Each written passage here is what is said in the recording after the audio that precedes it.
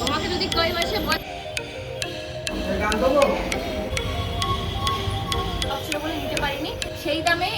যেসব মহিলারা বাইরে চাকরি করতে যায় তারা যেমন ঘুম থেকে উঠেই চাকরিতে বেরিয়ে যেতে পারে না, সংসারে অলমোস্ট বলতে গেলে হাফ কাজ গুছিয়ে সমস্ত কাজকর্ম করে চাকরিতে যেতে হয়, আমার ব্যাপারটা সেরকম। সকালবেলা মেয়ে ঘুম থেকে ওঠার আগে আমার যা কাজকর্ম রয়েছে মোটামুটি সেগুলো সব করে নিতে হবে। তো দেখতে পাচ্ছ একটা নতুন জামা পরছি, ভাবছো কোথাও ঘুরতে যাব?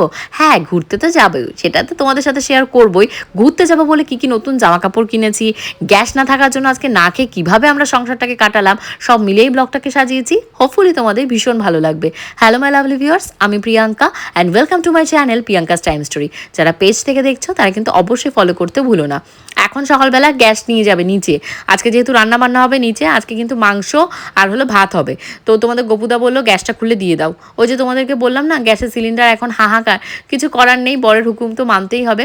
আমরা এখন মাঠ খেয়ে এসেছিলাম, মানে বধুমামের মাঠ আমি চিনি না, তোমাদের গপুদা চেনে। এই মাঠটার নাম কি? মাঠটার নাম কি?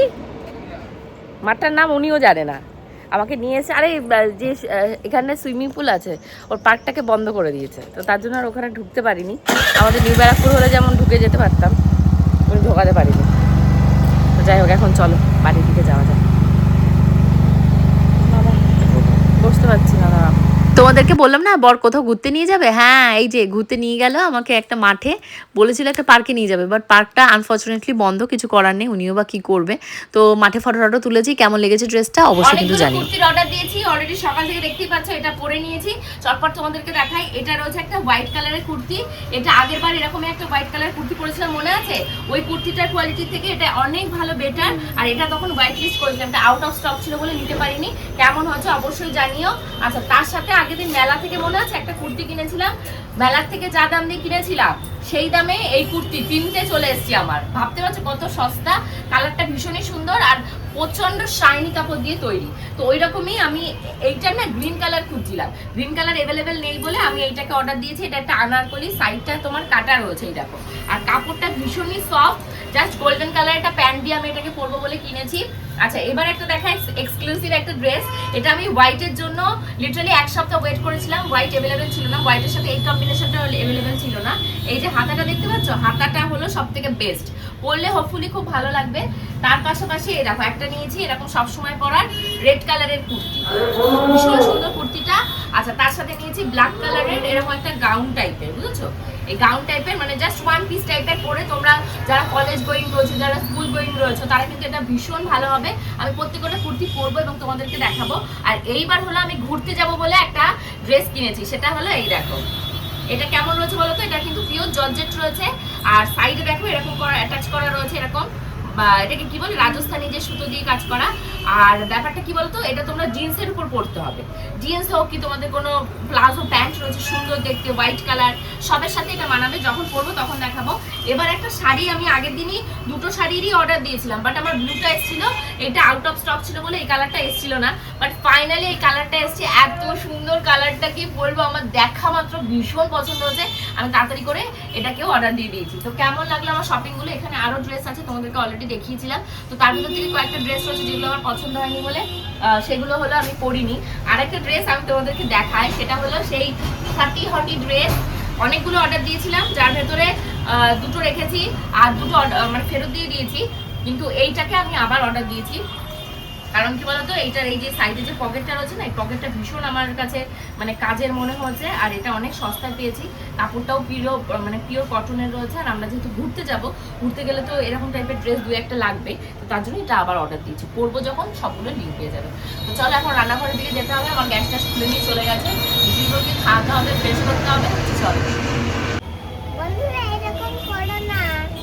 কিরকম করবে না? বাবা মার নাম করে কেউ যদি তোমাকে নিতে আসে তুমি কি করবে? আমার বাবা মা উপরে আছে। হ্যাঁ, আমার বাবা মা আমাকে নিতে আসে। হ্যাঁ, আর ওরা নিয়ে গিয়ে তোমার সাথে কি করবে? পাগড়ি নেবে আর হাত কেটে নেবে।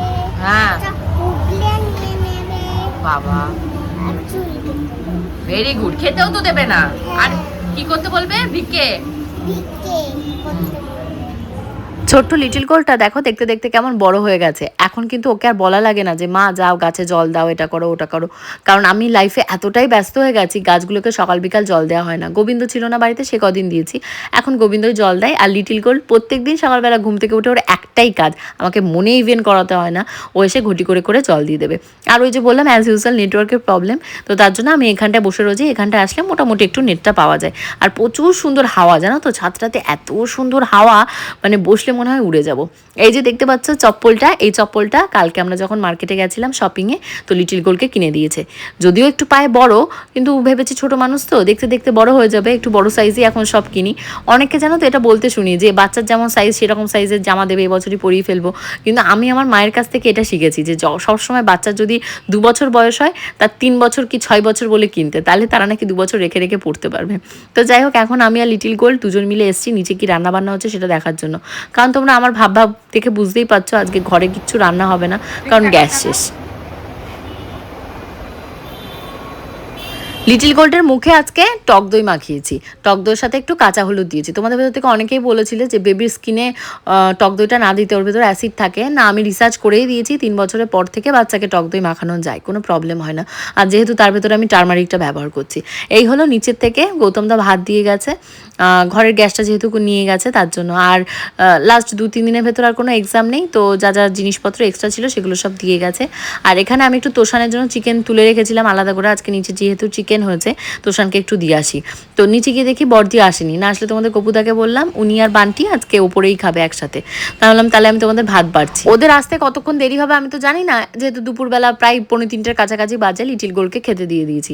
তোমাদের ভেতর থেকে অনেকেই বলো যে লিটিল গোল কি থালায় এতগুলো ভাত খায়, এটা তো স্বাভাবিক ব্যাপার, মেয়েটা ছোট্ট মানুষ, ও কি এতগুলো ভাত খাবে? একসাথে নিয়ে আসি। ও শেয়ারিং ইজ কেয়ারিং, এই কথাটা খুব ভালো করে বুঝেছে। তাহলে যখনই দেখে আমি আর ও শেয়ার করে খাচ্ছি, ওর ভেতরে মানে হিংসা যে ভাবটা সেটা থাকবে না। আর ও যেটুকু পারে ওর মতন হাত দিয়ে খায়, আমি মুখে ধরো 2-1 বার দিলাম, খেলো না খেলো ওর যেটুকু দরকার ও পেট ভরার মতো নিজের হাতে খেয়ে উঠে যায়। তো আমি তারপর খাওয়া দাওয়ার পরে লিটিল গোলকে নিয়ে একটু ছোট্ট একটা ন্যাপ নিতেই ওর টিচার চলে এসছে। তো টিচার আসলেও তো উঠতেই চাইছে না, কারণ ও ঘুমিয়েছেই প্রায় বলতে গেলে 3:30-4 বাজে, টিচার এসছে তখন 6:45-র কাছাকাছি বাজে। তারপর অনেক কষ্ট করে ওকে লিটিল গোলকে ঘুম থেকে তোলার পর এইবার বায়না হয়েছে তরমুজ খাবো। মানে তরমুজ ফ্রিজে ছিল, তো ওটা শেষ হয়ে গেছে। এবার আমার আর মনে নেই, আমি বলছি হ্যাঁ তরমুজ আছে, তুমি পড়াশোনা করো, তোমায় দিচ্ছি। হবে না তো হবেই না। তাড়াতাড়ি করে তোমাদের গোপুদাকে ফোন করেছি যে তাড়াতাড়ি তরমুজ নিয়ে আসো, নাহলে মেয়ে পড়াশোনাই করছে না। তারপর টিচার আমাদের বাড়ির নিচেই প্রোগ্রাম হচ্ছে, ফাংশন, তো সেখানে নাচ টাচ হচ্ছে, ও সারাদিনই সেই সমস্ত শুনছে আর বলছে মা আমি নাচ দেখতে যাবো। তাই আমি বলেছি আমি তোমাকে পরে নিয়ে যাবো। তারপর ও টিচার নিয়ে গিয়ে ওকে ওপর নিচের থেকে ঘুরিয়ে নিয়ে এসছে, মুডটা একটু ভালো হয়েছে। তো এখন এই তরমুজটাকে আমি কাটছি, হাফ গোবিন্দকে দিয়েছি, হাফ আমি নিয়েছি। আর এখানটায় সমস্ত জামা কাপড় যেগুলো কাঁচা হয়েছিল সেগুলো এখন ঘরে রাখতে হবে, ভাঁজ করতে হবে। ভেবেছি আজকে বেডরুমের যে আমাদের বেডশিটটা রয়েছে ওটাকে চেঞ্জ করব, কারণ প্রায় সপ্তাহখানেক হতে গেল, ওটাকে চেঞ্জ না করলেই নয়। কারণ আমি বললাম না 3 দিন 4 দিন অন্তর চেষ্টা করি বেডশিটগুলোকে পাল্টে দিতে, যেহেতু আমার বাচ্চার ঘর। আগে জানো তো যখন লিটিল গোল্ড আরও ছোট ছিল, আমি সব সময় জামা কাপড় কাচলেই মেক শিওর করতাম যেন আমি স্যাভলন ব্যবহার করি। বাট এখন যেহেতু একটু বড় হয়ে গেছে আর স্যাভলনের কথা মনে থাকে না। আর এই যে এখানটা এখন বেডশিটটাকে চেঞ্জ করব। বেডশিট মোটামুটি বললাম তোমাদেরকে 7-8টা 10টা মতন বেডশিট রয়েছে। ভেবেছি এবছর বাসনালি আসলে ওকে বেডশিটগুলো সব দিয়ে দেবো। আমি সেটাই করি, বাসনালিকে ধরো বালিশের ওয়াশও, আমার তো বেডশিট ছেড়ে বা ফাটে না বা জ্বলেও যায় না, যেহেতু ওয়াশিং মেশিনের কাছে আর একটু কোয়ালিটি ভালো, তো যেমনটা সেরকমই থাকে। তো ও নাকি ঘরে নিয়ে গিয়ে পাতে। আমি জানো তো মাঝে মধ্যে সেটা ভাবি যে যেটা আমার কাছে অপ্রয়োজনীয় সেটা কিন্তু কারো কাছে মানে খুব খুব প্রয়োজনীয় একটা জিনিস হতে পারে। আমি গর্ব করে বলছি না বা অহংকার করে বলছি না, ও যখন আসে ওকে যখন আমি শাড়ি বা ধরো ওটাকে কী বলে পুরনো জামা কাপড়ের পরিবর্তে ও তো আমায় থালা বাসন দেয়, তো তখন আমি ওকে আমার যখন যেগুলো নতুন শাড়ি থাকে, ওর যেহেতু 2টো মেয়ে রয়েছে, একটা মেয়ের বিয়ের সময় আমি নতুন সুন্দর একটা শাড়ি বেনারসি এই সমস্ত দিয়েছিলাম, তো ওকে আমি নতুন জামা কাপড়ও দিয়ে থাকি। তো জানি না তোমরা কে কী আমাকে কিভাবে নেবে, বাট আমি মনে করি এরকম সবারই করা উচিত। কারণ ওকে আমি আজকে থেকে চিনি না, মানে আমি যত বছর বিয়ে হয়ে এসেছি তত বছর ওকে দেখছি, ও তার আগে থেকেই আসে আমার শ্বশুরবাড়ি থেকে। তা এরকম অনেক লোকই আছে যাদের সাথে আমার মানে শ্বশুরবাড়িতে আসার পর পরিচয়, কিন্তু এখনও তাদের সাথে পরিচিতি রয়েছে। যেমন রুমাদি যে আমার ফেশিয়ালগুলো করাতে আসে, ওর সাথেও কিন্তু আমার পরিচয় যত বছর আমার বিয়ে হয়েছে, প্রায় 8-10 বছর, সেই কয় বছরের। তো এই যে দেখতে পাচ্ছ রেড কালার বেডশিটটা পাচ্ছি, এটা কিন্তু এখানকার নয়, এটা কোথাকার বলো তো? ইয়েস, এটা বাংলাদেশের বেডশিট। লাস্ট টাইম যখন মা বাবা বাংলাদেশে গেছিলো, এটা তখন ওখান ওখান থেকে এনে দিয়েছিল। এর সাথে দুটো পিলো কভারও আছে। কোথায় যে আছে পিলো কভার দুটো কেচে রাখা হয়েছে আমি না মেলাতে পারছি না। এই হয় বেডশিটের সাথে পিলো কভারগুলো চেঞ্জ না করলে না মিসম্যাচ হয়ে যায়। তো ভেবেছি পয়লা বৈশাখ থেকে আমি যে নতুন বেডশিটগুলো কিনেছি ওগুলোকে তো পাতবো, একদম পিলো কভার দিয়েই বেডশিট পাতবো, না হলে পাতবো না, নাহলে দেখতে একটা কেমন লাগে না। আর তোমাদেরকে কয়েকদিন ধরে বলছি না যে এই ঘরটার ভেতরে আমার একটা বক্স খাট কিনবো, কোনোভাবেই কেনা হচ্ছে না। কারণ যে পুরোনো খাটটা রয়েছে এটা কাউকে না দেয়া পর্যন্ত আমি তো কিছু কিনতে পারছি না, তাহলে এটাকে খুলে কোথায় রাখবো? এটা জাজিম রয়েছে। নতুন ম্যাট্রেস দিয়েই আমি ভেবেছি আমার যে নতুন খাটটা হবে নতুন ম্যাট্রেস দিয়ে কিনবো। তো যাই হোক, এখন আমার ঘরবাড়ি মোটামুটি পরিষ্কার পরিচ্ছন্ন হয়ে গেছে। কালকে ফ্রাইডে রয়েছে, দোকানে যেতে হবে। আজকে সমস্ত ভিডিওর ভয়েস ওভার এডিটিং দিয়ে দিতে হবে। আর আমাদের ঘুরতে যাওয়ার দিন যেহেতু কাছে চলে আসছে, জামা কাপড় কেনাকাটি করছি, সেখানে সমস্ত জামা কাপড় গোছাতে হবে। জাস্ট হুশ করেই দিনটা চলে আসবে, এই আসছে সেই আসছে করতে করতে। তো ওখানে দুটো রসগোল্লা ছিল, দিয়েছে একজন, তো সেই রসগোল্লা তোমাদের গোপুদাকে খেতে টেতে দিলাম। তো এখন খাওয়া দাওয়া করে রাতের আমি ডিনার করছি। তোমাদের গোপুদাকে জিজ্ঞাসা করলাম ভাত খাবে কিনা। আমি জানো তো 3 বেলায় ভাত খাওয়ার চেষ্টা করি। তোমাদের গোপুদার জন্যই মানে আমি আটাটা ইনস্ট্যান্ট মেখে ইনস্ট্যান্টই খাওয়ার চেষ্টা করি। তোমাদের গোপুদা এমন, ধরো আমি 4টে রুটি দিলাম, উনি 2টো খাবে, 2টো ফেলে দেবে। তো সেটার জন্য আমার খারাপ লাগে। ওনাকে বারবার জিজ্ঞাসা করি যে কয়টা রুটি খাবে, তাহলে সেই কয়টা রুটি বানাবো। খাবার ওয়েস্টেজ করাটা আমি একদমই পছন্দ করি না। কারণ ছোটোবেলা যখন আমি খাবার ওরকম ফেলে দিতাম তখন আমি বাবার কাছে প্রচুর বকা খেতাম। এখন হয়তো আমাকে বকার লোক নেই, কিন্তু সেই সমস্ত দিনের শিক্ষাগুলো তো আমার ভেতরে রয়েছে না। তো রাতের বেলা ওই খয়রা ইলিশ মাছ ছিল, বেগুন আর আলু দিয়ে রান্না করেছিলাম, সেইটা ছিল। আর দুপুরবেলা তো চিকেন আর ভাত এই সমস্ত খেয়েছি। টকের ডাল রান্না করেছিল আম দিয়ে। তো এখন রাতের বেলা ঘুমোতে যাব, তার আগে যে লিটিল গোলকে খাওয়ানো দাওয়ানো কমপ্লিট করে টেবিলের ভেতরে ওপরে যা এঁটো বাসন কোসন ছিল সব এক জায়গায় করে, এঁটো একটা একটা করে খুঁটে সমস্ত ডাস্টবিনে ফেলে সুন্দর করে টেবিল মুছে তারপর শুতে যাব। মানে আমার বাপের বাড়িতে আমি যখন মা মানে একদম শক্তপোক্ত ছিল তখন আমি মাকে এও দেখেছি রাতের বেলা সমস্ত বাসন মুছে ধুয়ে, গ্যাস ধুয়ে মুছে তারপর শুতে যেত। আর মা সবসময় বলতো এঁটো বাসন টাসন এগুলো যদি রেখে শোয়া হয় তাহলে নাকি অলক্ষ্মী বাসা বাঁধে। কিন্তু আমাদের ফ্ল্যাট সিস্টেমের বাড়িতে বলো তো, এখন রাত্রি 12টার সময় আমি যদি এই এক কারি বাসন মাজতে বসি তাহলে তো সারা রাতও কভার হবে না, এটা মানে ভুল। আমি যদি ভাবি যে করব তো অবশ্যই করব, কিন্তু মা এখন পারে না, মাও এখন বাসন রেখে দেয়। আমিও এখন তাই করি যে কালকে শিবানী দিয়ে আসবে, শিবানী দিয়ে এসে করবে। কিন্তু এটা রাখাটা কিন্তু ভীষণই একটা নেগেটিভ জিনিস। যারা জানো তারা তো জানো, আর যারা জানো না তাদেরকে আমি বললাম। কিছু করার নেই, ফ্ল্যাট সিস্টেমের বাড়িতে এরকমই হবে। তো সমস্ত মানে পরিষ্কার টরিষ্কার করে আমি টেবিলটা প্রত্যেক দিনই চেষ্টা করি মোটামুটি ক্লিন করে রাখার। যেদিন ধরো খুব টায়ার্ড থাকি, খুব কাজের প্রেশার থাকে, সেদিন আর কি করব বলো। তো যাই হোক, এখন মোটামুটি সমস্ত খাওয়া দাওয়া কমপ্লিট। বাসি পচা যা ছিল ফ্রিজে সব ফেলে দিয়েছি, ফ্রিজ অলমোস্ট ফাঁকা করে দিয়েছি। ইভেন চাটনিও ছিল, পূজারা যেদিন এসেছিলো সেদিনকে একটু চাটনি রান্না করেছিলাম, সেই চাটনিটাও আমের চাটনি দুদিন ধরে রাখতে ভেবেছি আজ আমি চাটনিও রাখবো না, ফেলে দেবো।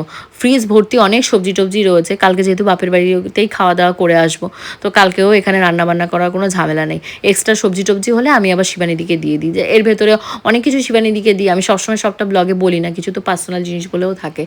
তো এখন হাত মুখ ধুয়ে লিটিল গোল্ডকে ফ্রেশ করবো। লিটিল গোল্ডের বাবার ওষুধ যা রয়েছে সমস্ত দেবো, নিজের ওষুধপত্রগুলো খাবো। আমার ওষুধ বলতে আমি ক্যালসিয়াম আর ভাইটামিন দুটো কন্টিনিউয়াসলি খাই, তোমাদেরকে তো বলেছি, সেগুলো খাবো।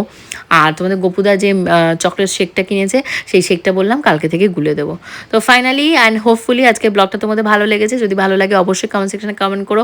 অলমোস্ট এটা বাজছে তোমাদের 1:30, ঘুমোতে যাবো। যে লিটিল গোল্ড এখনও স্টিল আমার সাথেই জেগে রয়েছে, যতক্ষণ আমি বেডে না যাবো ও যাবে না। কালকে দুপুর 2টোয় আসবো। বাই।